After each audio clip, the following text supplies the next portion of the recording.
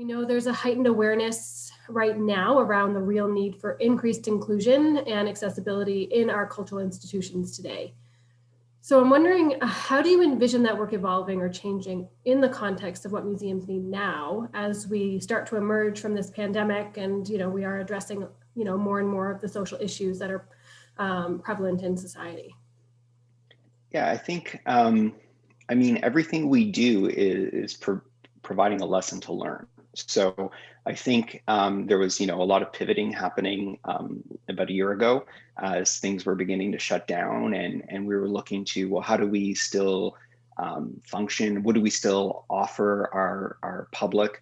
How do we proceed with, acquisitions and collections management when we're not on site? Like, what do all of these things mean? And we started leaning on things like Zoom and Teams and Meet, et cetera. And we started realizing what the potential is in terms of cost saving and overhead, say as an example. But we also learned if one of my colleagues is deaf, reads lips, Zoom isn't the best platform for that person. So I think that when we're thinking long term, but we're also thinking immediately concurrently, it's to think of, it's okay for us to set targets that are further out. And to know that step by step, we can chip away and arrive at those targets while accomplishing something in the immediate term. So for example, using these platforms satisfies our initial goal right now of continuing to work and function as an organization. But we know where the shortcomings are, and let's not just be satisfied with, okay, well, this is all that Zoom can offer us right now. No, Zoom, we're the clients, we're the ones who are paying for the Zoom subscription. Let's pressure Zoom to offer the affordances that is going to make a difference to the people who need those the most. And that's going to satisfy perhaps a longer term objective, so that if we're, say, using Zoom for our work practices right now, the next time we craft a new public programming event, why would we not offer it via Zoom as well as in person? And that way we can engage an audience that maybe can never arrive at the museum in person, because now we have the lessons learned that we've experienced over the past year using Zoom. So I think that, it's always one sort of our attention on the immediate, but our eye on the horizon. Mm-hmm. Mm-hmm. I think that's so true. There's so many different opportunities that we're seeing museums come up with, and they're engaging audiences, like you said, that they'd never have access to globally.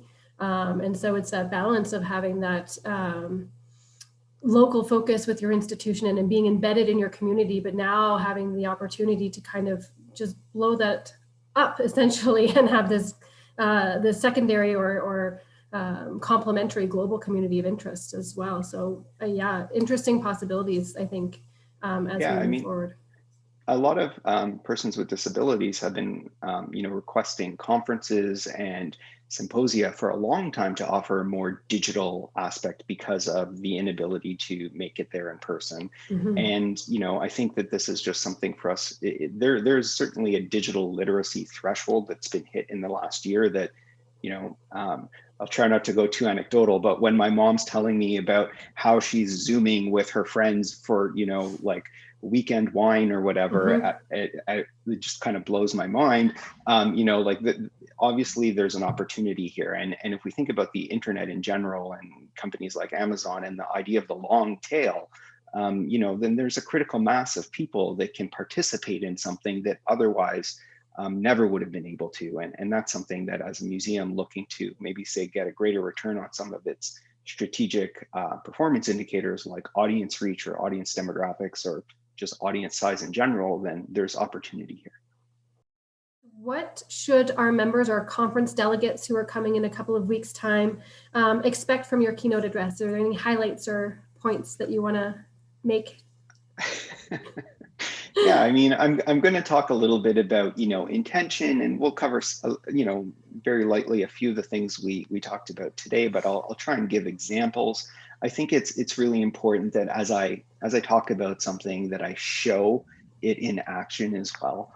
And there will be, they're not all success stories. Like I learn a lot more from every time I make a mistake than when I just have a easy coast through something. So I want basically everyone who's participating in the conference to find relevance in what I'm speaking about. So, I'll really talk notional and intentional, and I'll provide concrete examples, and I'll touch on every aspect of museum practice.